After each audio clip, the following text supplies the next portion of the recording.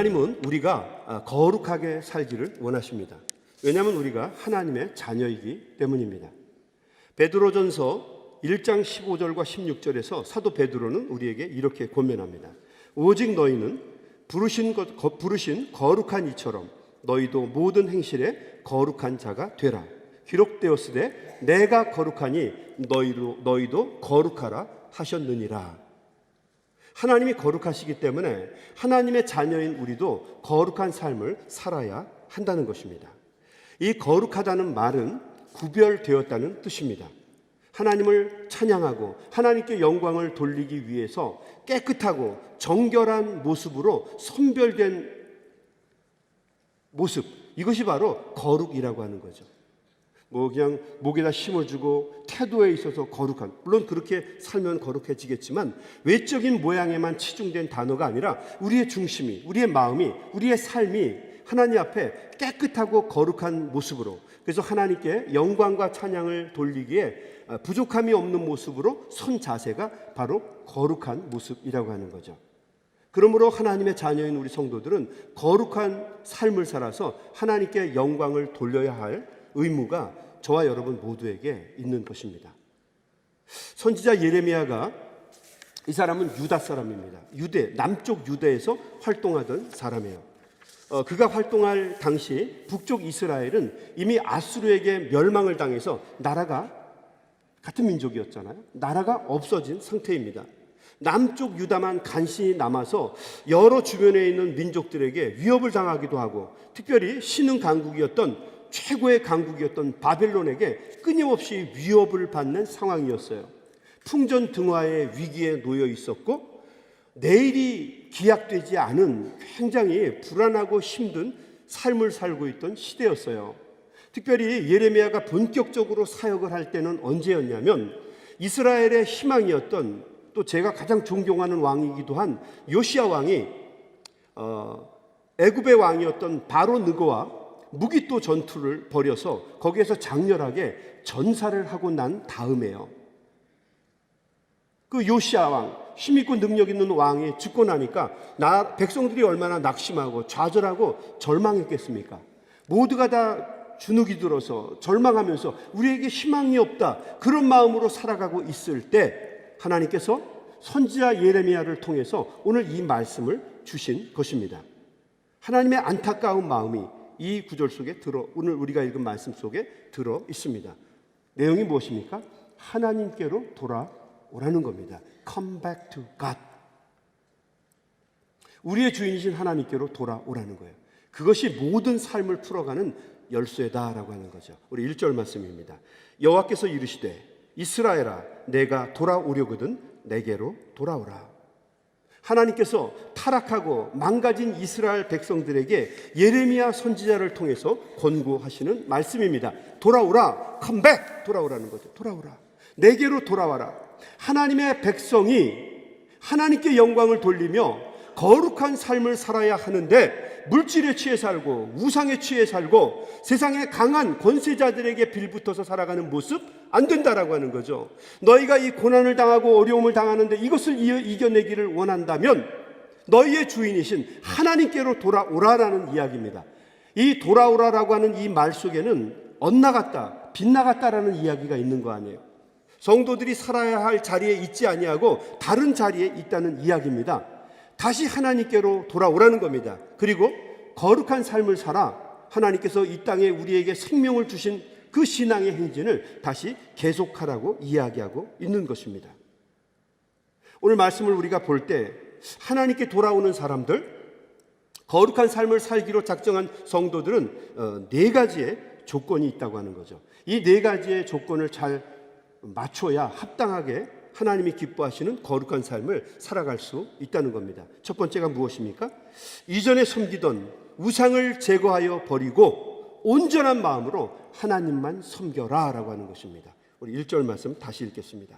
네가 만일 나의 목전에서 가증한 것을 버리고 내가 흔들리지 아니하며, 그랬습니다. 가증한 것을 버리라고 하는 거예요. 물론 이것은 우상입니다. 하나님 이외의 다른 우상들, 보이는 우상도 있겠지만 보이지 않는 우상들, 물질이나 돈이나 권세나 명예나 이런 다른 것들, 하나님보다 더 우리가 사랑하는 것들, 이런 우상들을 제하여 버리라는 것입니다. 그리고 하나님께로 돌아오라는 거죠.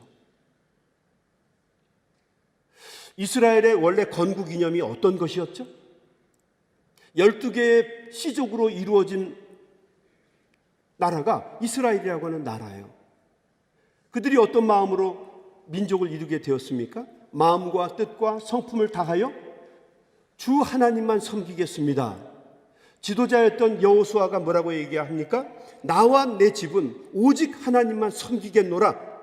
그 마음을 가지고 만들어진 나라가 이스라엘입니다. 이것이 바로 이스라엘의 핵심 이념이에요. 근데 이 이념을 잃어버린 거예요. 망쳐버린 겁니다. 그래서 가나안의 우상들을 섬기고 주변의 강국들과 잘 지내려고 그들에게 조공을 바치고 모든 것을 그들에게 맞추면서 살아갔어요. 하나님이 원하시는 백성의 삶이 아니라는 거죠. 세상적인 것에 너무 집중하다 보니까 하나님을 잃어버렸어요. 다윗의 시대에는 주변의 나라에게 조공을 받는 강력한 힘을 가진 나라이기도 했어요. 그때는 하나님 중심으로 살았어요. 부족하고 모자라고 형편없는 것 같아도 하나님 중심으로 살 때는 주변의 나라에게 조공을 받으면서 당당하고 떳떳하게 살았는데, 좀 더 잘 살아보려고, 좀 더 멋있게 살아보려고 주변의 사람들에게 맞추기도 하고 문화에 따라서 여러 가지 우상들을 자신의 신으로 받아들이면서 이스라엘의 근본적인 정신이었던 건국 이념들이 무너지게 되고, 그리고 그들은 형편없이 망가지게 됩니다. 하나님의 자녀들은 하나님의 말씀과 하나님의 사랑과 은혜 가운데 하나님이 기뻐하시는 삶을 살아야 합니다. 여러분 동의하시죠? 네, 그렇습니다. 이것은 천고불변의 진리예요. 누에가 뽕잎을 먹어야죠. 솔잎이 솔솔하다고 해서 그 솔잎 그거 먹을 수는 없잖아요. 하나님의 자녀가 하나님의 말씀과 기도 가운데서 하나님이 원하시는 삶을 사는 것이 맞는 것이지, 세상에서 낙을 주고 세상에서 나에게 뭔가 달콤한 것을 주기 때문에 세상에 맞추어 사는 것 있어서는 안 된다는 거죠.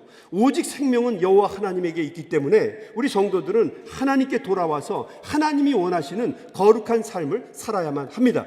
그래야 우리가 이 땅에서 하나님의 나라에서 영원한 생명을 누리며 살아갈 수 있게 될 줄로 믿습니다. 하나님의 자녀는 하나님께 돌아와야 합니다. 그리고 하나님이 원하시는 거룩한 삶을 살아야만 합니다. 이재명이라고 하는 집사님이 있었어요. 집사님은 아주 독실한 기독교 집안에서 태어났습니다. 아버님은 장로님이셨고 어머님은 권사님이셨어요. 두 내부는 참 신실했고, 우리 어린 이재명 집사님 어렸을 때부터 하나님의 말씀과 기도로 잘 길렀습니다. 근데 문제는 이재명 집사님이 사춘기를 맞으면서 친구를 잘못 사귀었어요. 빗나가기 시작했습니다. 게다가 아버지의 사업이 문제가 일어나면서, 그리고 아버지가 중풍으로 쓰러지면서 가세가 기울기 시작했어요. 걷잡을 수 없이 우리 집사님이 삶이 망가지게 되었어요. 아버지 장로님이 돌아가시면서 엇나가기 시작한 우리 이재명 집사님에게 불러놓고 유언을 하면서 돌아가셨어요. 아들아, 하나님께로 돌아와라. 믿음으로 살아라. 하나님의 사람이 하나님이 원하시는 삶을 살아야지 너 사는 모습이 지금 뭐냐? 그 말씀을 하시고 돌아가셨어요. 그러나 집사님 돌아오지 않았습니다. 이를 악물고 이렇게 생각했어요. 하나님이 어디 계셔? 하나님이 있으면 이 신실하게 살았던 아버지가 왜 이렇게 망할 수가 있어? 내 인생 내가 알아서 할 테니까 내버려뒀으면 좋겠다. 마음속에 굳게 다짐을 했어요. 50대 중반이 될 때까지 정말 못되게 살았어요. 이 집사님의 고백처럼 상상도 할 수 없을 만큼 못되게 살았다고 해요. 사람이 이 정도 얘기했으면 거기 한 2배 정도 보태면 그 모습이 나오는 거예요. 얼마나 못되게 살았는지. 덕분에 돈을 참 많이 벌었어요. 땅도 많이 가졌고요. 건물도 서너 채 가졌습니다. 당당하게 살았어요. 하나님 필요 없다고 생각을 했어요. 어머니가 새벽만 되면은 그 참 바닥에 나와서 방석을 펴놓고 거기에 엎드려서 이재명 집사님을 위해서 기도했어요. 간절한 마음으로 기도했어요. 어머니가 그렇게 하는 모습을 보면 볼수록 억하심이 생기기도 하고 분노가 치밀어서 더 못되게 굴었어요. 그러다가 50 중반에 간경화증으로 쓰러지게 되었어요. 간경화증에 걸리고 나니까 인생이 엉망진창이 되게 되었어요. 그리고 비로소 왜 아버지가 기독교인이 하나님이 원하시는 삶을 사는 것이 승리하는 것이다라고 이야기했는지를 비로소 깨닫게 되었어요. 자기의 모든 것이 무너지기 시작하니까 제일 먼저 믿었던 아내가 자신을 버리고 재산을 챙겨서 젊은 남자와 도망을 쳐버렸어요. 아들이 둘이 있었는데 자기 자신처럼 흥청망청한 삶을 살기 시작했어요. 사업이 부도가 나게 되고 그 큰 기업이 넘어가게 되고 집안의 모든 것들이 다 압류 처분을 당하게 됐어요. 집에 있는 모든 가구에 빨간색 압류 딱지들이 붙기 시작했어요. 모든 것을 잃어버리게 되었어요. 항상 주변에 있었던 친절한 사람들, 우리 죽음까지 같이 가자, 위하여! 위하여가 뭔지 아시죠? Cheers! 그랬던 사람들. 여러분, 술 친구는 친구도 아니에요. 아무도 돌아보지 않는 거예요. 철저하게 망했어요. 결국 이 이재명 집사님에게 남은 건 조그만 집 한 채와 항상 하나님께 돌아올 것을 이야기했던 어머니 두 사람만이 남게 되었어요. 이재명 집사님이 딱딱해진 배를 붙잡고 밤잠을 못 이루면서 힘들어하고 고통을 할 때 어머니가 그 옆에 앉아서 다리를 주물러 주기도 하고 그 딱딱한 배를 손으로 비비면서 하나님 앞에 간절한 마음으로 기도를 하고 아들과 함께 고통을 받으셨어요. 그 어머니가 아들에게 이렇게 얘기합니다. 아들아, 하나님께로 돌아와라. 하나님의 아들이 그렇게 살아서는 안 된다. 너 잃어버린 거에 대해서 너무 안타까워하지 말아라. 처음부터 옳은 길이 아니었다. 이재명 집사님이 식은땀을 흘리며 병마와 싸우다가 어머니에게 진지하게 이렇게 질문합니다. 어머니, 지금이라도 하나님께 돌아갈 수 있나요? 너무 늦은 것은 아닐까요? 어머니가 그날 밤 아들의 손을 붙잡고 간절한 마음으로 기도를 드립니다. 히스기야의 생명을 15년이나 연장해 주셨던 주님, 여기 사랑하는 당신의 아들의 생명을 붙잡아 주십시오. 대신 이에미를 데려가십시오. 간절한 마음으로 기도를 드립니다. 기도를 받는 이재명 집사님이 눈물을 흘리면서 회개합니다. 다음날 아침에 이재명 집사님은 정말 다른 사람이 되었어요. 아침에 일어나자마자 성경책을 찾았어요. 그리고 그 성경책을 읽기 시작했어요. 창세기 1장 1절을 읽으면서 눈물이 쏟아지기 시작했어요. 모든 성경 말씀이 자기를 겨냥해서 쓰여졌다라고 하는 생각을 갖게 되었어요. 한 구절 한 구절을 읽는데 너무 감동적이었어요. 그래서 눈물을 쏟아가면서 회개하면서 성경을 읽었어요. 여러분, 눈물을 흘리면서 성경을 읽어보신 적이 있나요? 그저께인가요? 제가 예전에 섬겼던 교회에 성도님 두 분이 와서 그 부부가 와서 저하고 얘기하면서 이런 얘기를 했어요. 목사님, 저 요즘에 성경을 읽는데 이 사람도 그렇고 저도 그렇고 눈물을 흘리면서 성경을 읽습니다. 왜 그런지 모르겠어요. 한 구절 한 구절 읽는데 도대체가 막 오열하면서 성경을 읽는다는 거죠. 그 말을 들을 때 굉장히 감동이 되었어요. 성령의 인도하심이죠. 여러분, 눈물을 흘리며 성경을 읽을 수 있는 축복이 있게 되기를 주님의 이름으로 간절히 축원합니다. 이재명 집사님이 다른 사람이 되었어요. 정말 거듭났어요. 다시 건강을 회복했고요. 1996년에 감리교회 목사가 되었습니다. 큰 교회를 섬기시는 분은 아니지만 시골에서 작은 교회를 정말 누구보다도 진실하게 잘 섬기시다가 몇 해 전에 은퇴를 하셨습니다. 여러분, 하나님께 늦은 회개란 존재하지 않습니다. 먼저 하나님께 돌아와서 거룩한 삶을 살겠다고 다짐하면, 하나님이 원하시는 구분되고 선별된 삶을 살겠다고 다짐하면 하나님께서 여러분의 삶을 붙잡아 주시고 인도해 주실 줄로 믿습니다. 아멘. 두 번째, 하나님께 돌아와서 거룩한 삶을 살기를 원하는 사람은 진실과 정의와 공의로 하나님께 서약하라는 것입니다. 하나님께 서약하라는 거예요. 입술로만 이야기하는 것이 아니라 삶으로 하나님께 서약하라는 거예요. 2절 말씀입니다. 2절 말씀 한번 보겠습니다. 진실과 정의와 공의로 여호와의 삶을 두고 맹세하면, 진실과 정의와 공의로 여호와 앞에서 여호와의 삶을 두고 서약하라는 겁니다. 세상 사람들은 간사해서 그 표리부동하게 손바닥 뒤집듯이 자기의 약속을 어겨요. 근데 하나님 앞에서는 그렇게 하지 말라는 거죠. 하나님 앞에는 진실하게 공의로 그리고 하나님이 원하시는 삶을 살겠다고 서약하라는 거예요. 여러분, 하나님께 서약하는 것에 대해서 두려움을 가질 수 있게 되기를 바랍니다. 성경에는 하나님은 만홀히 여김을 받으시는 분이 아니라고 그랬어요. 하나님은 무시받지 않습니다. 하나님은 우리가 함부로 서약하고 함부로 마음대로 잃어버릴 수 있는 대상이 아니세요. 하나님은 부지 중에도 우리의 기도와 간구를 들으시고 우리의 마음의 다짐을 하나님은 기억하시는 분이세요. 그리고 그대로 갚아주시기도 하고 우리를 그대로 인도해 주시기도 합니다. 하나님 앞에 약속한 것은 반드시 지키십시오. 2019년도에는 주님, 내가 이렇게 살겠습니다. 여러분, 지키세요. 지난주에 우리 많은 임원들이 이 앞에 나와서 하나님 앞에 다짐하면서 임명장을 받았습니다. 오늘 찬양대 대원들이 하나님 앞에서 다짐하면서 임명장을 받았어요. 여러분, 지키십시오. 하나님 앞에 진실하세요. 하나님 앞에 정의로우십시오. 하나님 앞에 바로 서십시오. 사람들을 속일지는 몰라도 하나님 앞엔 그러지 마세요. 하나님 앞에서는 진실하고 솔직하게 하나님 앞에서 서시기 바랍니다. 하나님께서 여러분을 지켜주시고 인도해 주실 줄로 믿습니다. 거룩하게 분별된 삶을 사십시오. 신실하신 하나님께서 여러분을 축복하시고 인도해 주실 줄로 믿습니다. 세 번째, 하나님께 돌아와서 거룩한 삶을 살기를 원하는 사람들은 하나님과 동행할 노력과 준비를 하라는 거죠. 하나님과 동행할 노력과 준비. 3절 말씀입니다. 여호와께서 유다와 예루살렘 사람에게 이와 같이 이르노라. 너희 묵은 땅을 갈고 가시덤불에 파종하지 말아라. 하나님의 말씀대로 살기로 서약한 사람들은 먼저 묵은 땅을 갈아엎으라는 거예요. 기경하라는 거죠. 그리고 가시덤불을 불태우고 제거해 버리라는 거예요. 겨울 내내 굳은 땅, 세상에 살아가면서 시대정신의 영합해서 욕심과 질투와 시기와 어떤 세상의 부를 위해서 살아갔던 마음, 단단하게 굳은 마음, 겨울 땅과 같은 마음, 거기다가 씨앗을 뿌리고 말씀을 뿌린다고 해서 자라나지 않는다는 거죠. 어떻게 하라고요? 갈아엎으라고요.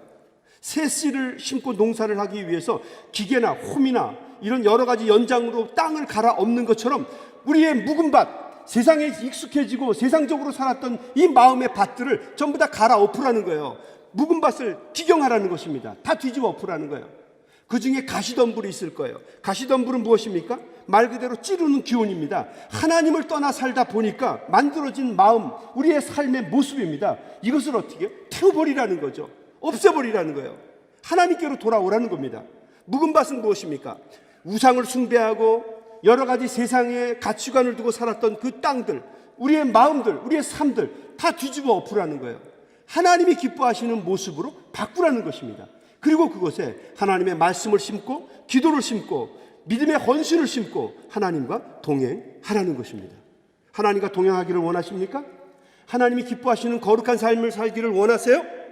그렇다면 뒤집어 엎으라는 것입니다.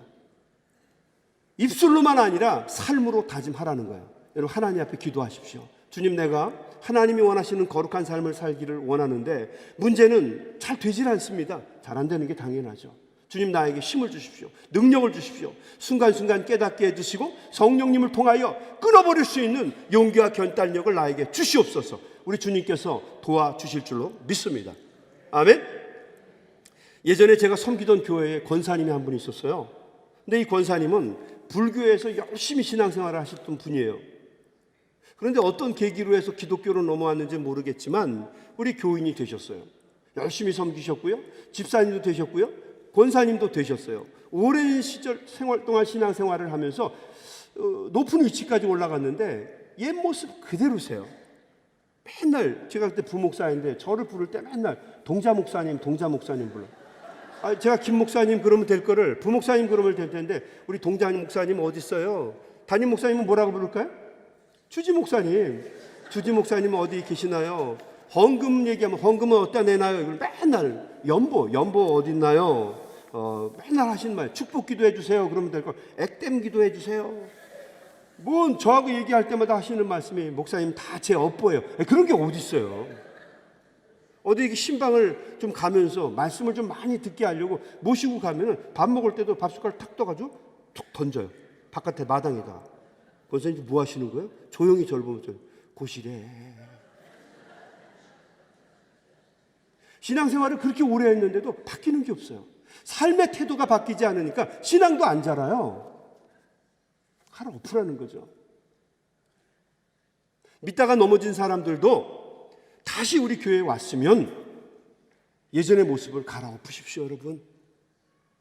그거 붙잡고 있으면 또 넘어져요. 왜 다른 교회에서 안 됐는데 저한테 이런 얘기합니다. 목사님 설교가 좋아서 왔어요. 이 교회는 너무 크고 조직이 잘 돼 있어서 왔습니다. 제가 100% 개로한 티하죠. 그 사람 그 밭, 그 가시덤불 그대로 가지고 교회 들어오면 넘어집니다. 100% 넘어져요. 제가 개런티하죠. 혼자만 넘어지는 게 아니라 멀쩡한 사람도 같이 넘어뜨립니다. 세상살이 하다가 교회에 오신 분들이 있어요. 믿음이 있어서 교회에 온 것이 아니라 교회에 오면은 사람들 만나고 삶의 지경이 넓어질 거라고 판단하고 교회에 오신 분들이 있어요. 100% 개런티합니다. 그 사람 넘어집니다. 교회에 어려움을 줘요. 하나님의 자녀가 되고 믿음의 도를 배우고 진리를 추구하고 하나님의 나라를 유업으로 받기를 원하는 그리스도인이 되기를 원한다면 그러면 거룩하게 사십시오. 그러려면 내가 여태까지 살아왔던 가치관, 판단력, 내 철학, 내 경험 뒤집어 엎으십시오. 하나님이 원하시는 사람으로 거듭나십시오. 그래야 하나님이 원하시는 복된 사람이 될 수 있다는 거죠. 아멘? 네. 우리가 가져야 할 5가지의 아름다운 씨가 있다고 그래요. 말씨, 맘씨, 맵씨, 솜씨, 글씨. 뭐라고요? 맘씨, 말씨, 몸씨, 맵씨, 솜씨, 글씨. 5가지라는 거죠. 근데 재미난 건 다 씨예요. 전부 다 씨입니다. 뭐 이게 씨를 뜻하는 말은 아니겠죠.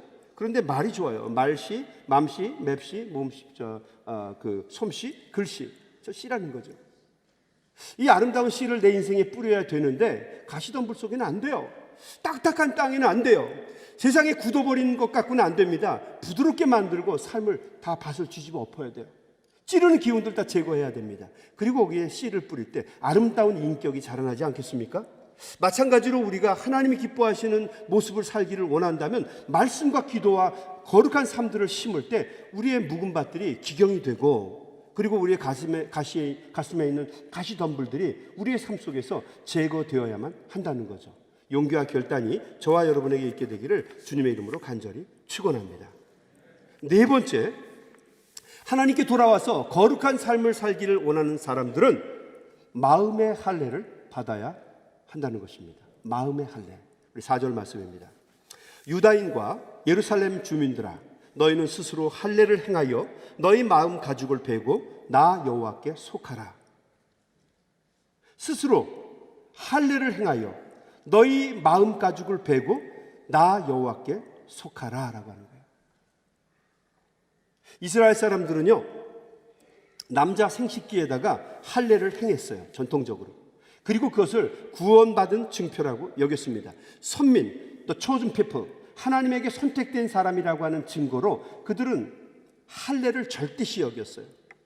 율법에서도 가장 대표적이고 중요한 것 할례라고 믿었어요.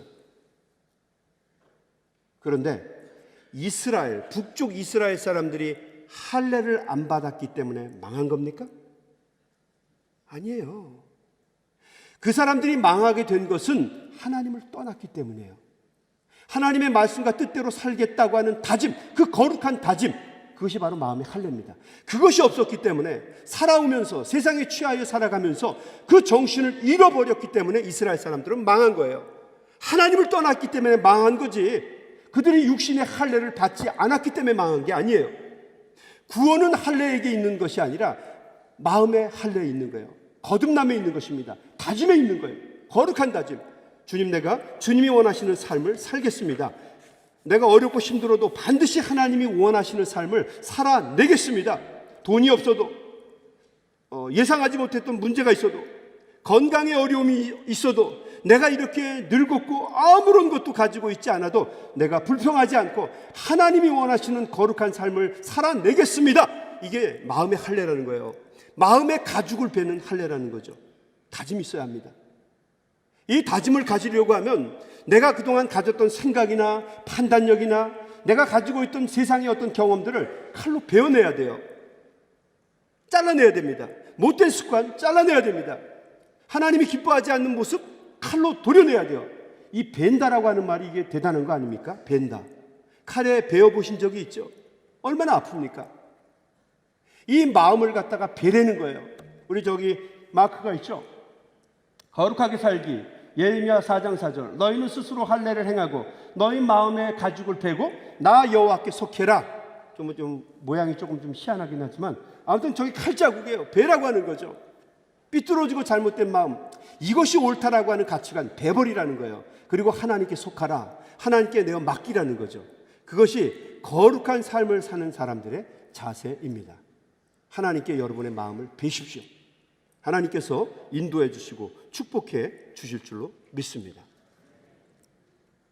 제가 존경하는 목사님 중에 우리 한국 수락산 기슭에서 사역하고 있는 우리 목사님,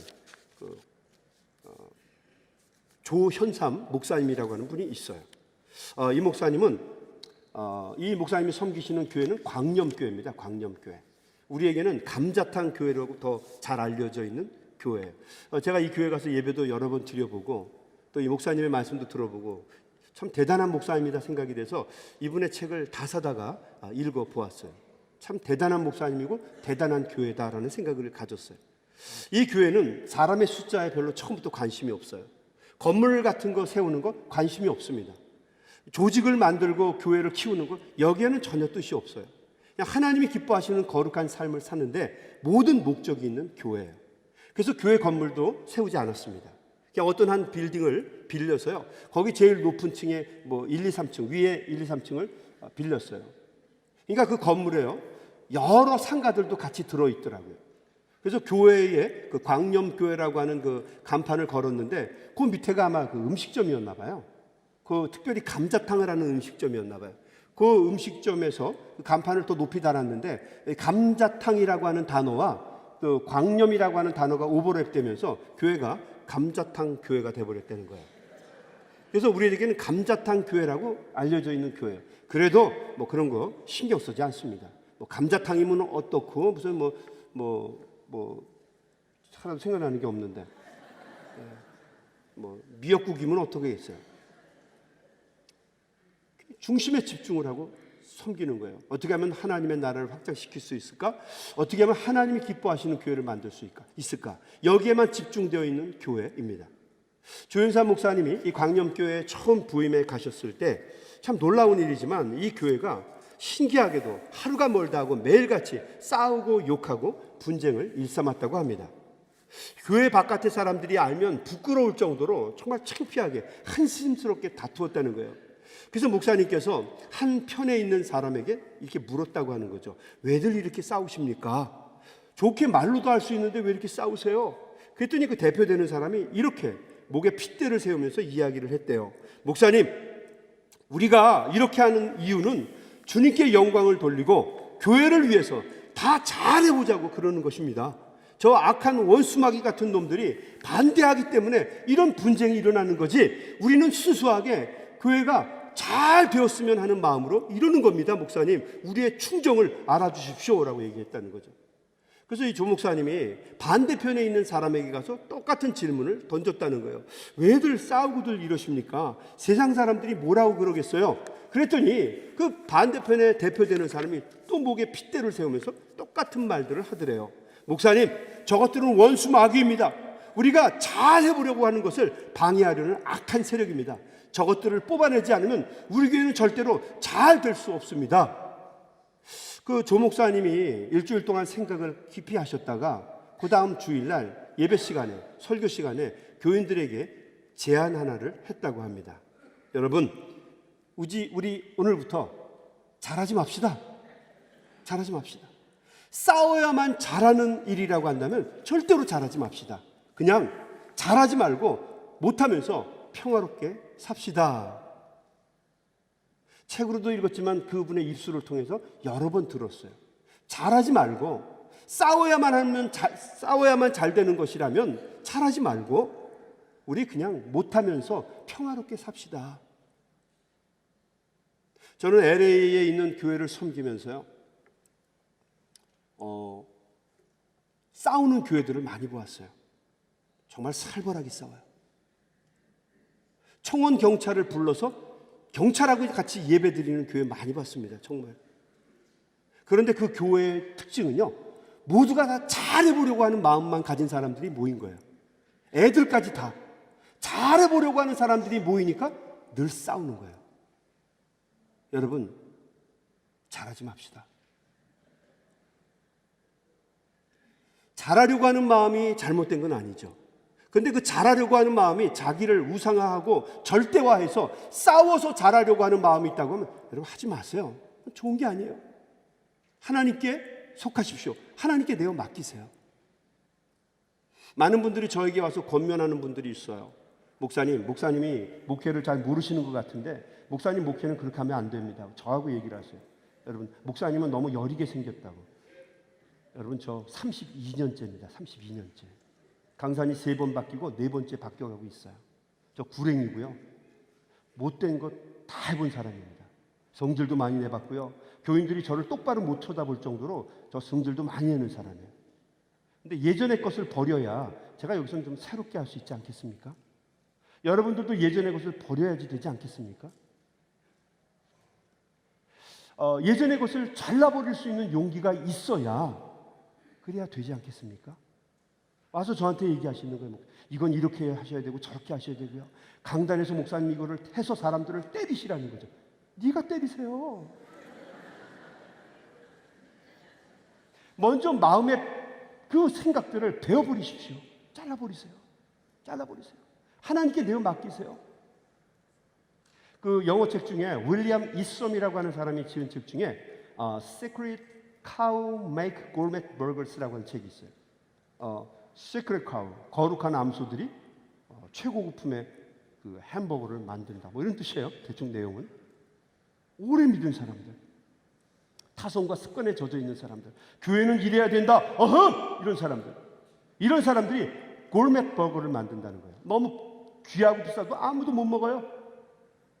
아무도 못 먹는 교회, 아무도 오지 않는 교회, 망가진 교회를 만든다고 하는 거죠. 여러분, please shut up. 우리 주님께서 하늘 보좌를 버리시고 그 천하디 천한 이 땅에 내려온 것을 기억하십시오. 목사님 이러면 교회 망합니다. 안 망합니다, 여러분. 걱정하지 마세요. 하나님을 너무 무시하지 마세요. 가볍게 보지 마십시오. 하나님께 내어 맡기세요. 섬기는 마음으로 사십시오. 낮아지십시오. 주님처럼 낮아지세요. 그러려면 어떻게 돼요? 마음을 배워야 합니다. 목사의 그 유능한 리더십으로 교회 움직이는 거 아닙니다. 돈 있고 능력 있는 사람이 교회 움직이는 거 아니에요. 어떤 사람이 교회를 움직입니까? 하나님께 내어 맡긴 사람, 나의 마음의 가죽을 베어버린 사람들을 통해서 하나님의 역사를 일구어 가세요. 찬양대 너무 잘할 필요 없어요. 목사님, 우리가 이 교회가 잘 되고 그러려면 찬양대가 부흥이 돼야 되는데 그러기 위해서는 소프라노를 5명 정도 우리가 고용을 해야 됩니다. 이런 사람들을 고용해서 우리가 부흥시켜야 됩니다. 아니, 그거 잘해서 뭐 하시려고요? 음악가 하시려고? 반주하시는 분들 막 반주를 탁 드르릉 뭐 춤은 좀 어때요?